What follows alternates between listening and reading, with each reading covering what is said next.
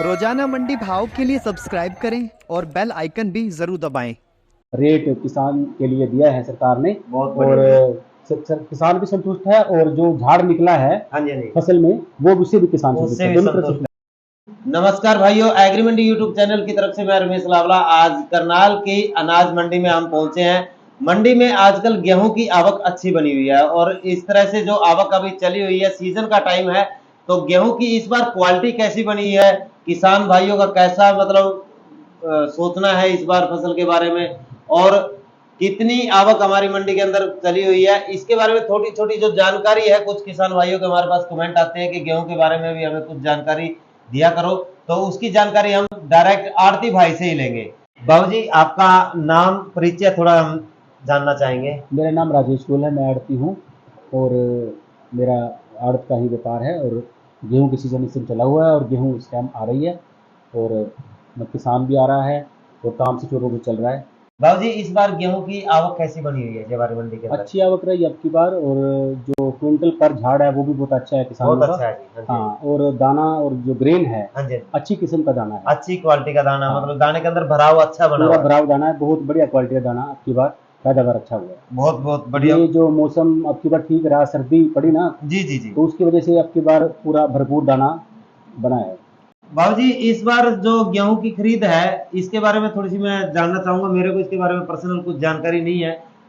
इसको गेहूं को डायरेक्ट आड़ती खरीद रहे हैं या कुछ एजेंसियां हैं वो खरीद कर रही है? विशेष रूप से तो हरियाणा की जो एजेंसियां हैं, SWC है, डिपार्टमेंट है, हैफेड है, Haryana DFSC food and supply है, बेसिकली तो ज्यादातर यही खरीद रही है। लेकिन बीच में प्राइवेट धान भी ई-नेम जो पोर्टल है सरकार का प्राइवेट का, वो बिक रहा है और MSP से ऊपर ही दाम मिल रहे हैं, तो बहुत अच्छी क्वालिटी का है और काम बिल्कुल सुचारू रूप से चल रहा है। सुचारू रूप से चल रहा है। MSP इस बार क्या निर्धारित किया बाबूजी? 2275 रुपए प्रति क्विंटल का रेट किसान के लिए दिया है सरकार ने और किसान भी संतुष्ट है और जो झाड़ निकला है फसल में वो उससे भी किसान संतुष्ट है, क्योंकि इस बार फसल बिजाई से और फसल पकाई तक मौसम अच्छा बना रहा है।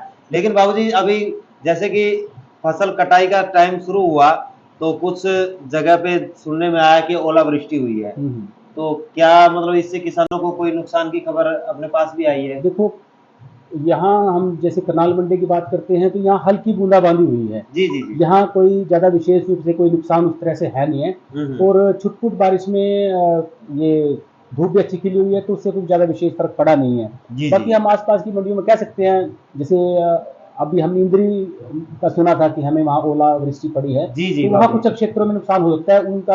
उनके रिलेशन जो कोई खबर है तो वो वहाँ के आड़ती भाई बता सकते हैं। जी, धन्यवाद बाबूजी। और बाबूजी, दूसरा एक छोटा सा सवाल हो रहा है हमारा कि जैसे फसल कटाई होती है, कटाई करने के बाद किसान जब अपनी फसल को मंडी के अंदर लेके आता है तो आने से पहले उसको कोई परमिशन वगैरह लेनी पड़ती है या डायरेक्ट अपनी फसल लेके आ सकते हैं?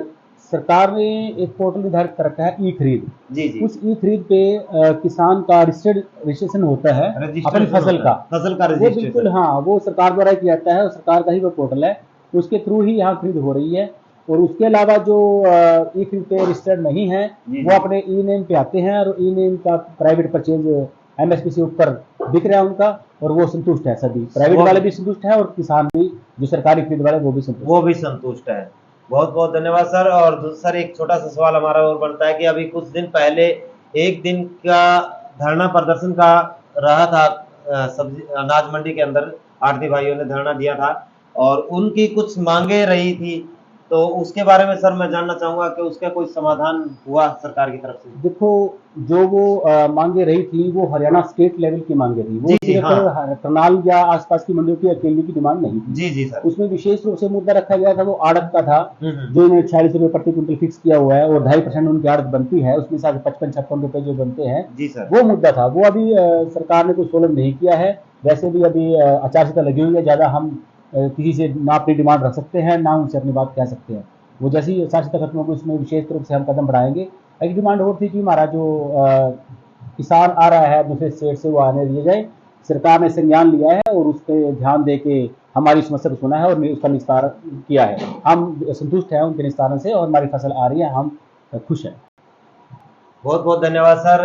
आज आपने अपना कीमती वक्त निकालकर हमारे दर्शकों के साथ गेहूं की खरीद बेच के बारे में और जो विशेष जानकारी साझा की है, इसके लिए हम आपका बहुत बहुत धन्यवाद करते हैं। आपका बहुत बहुत धन्यवाद सर।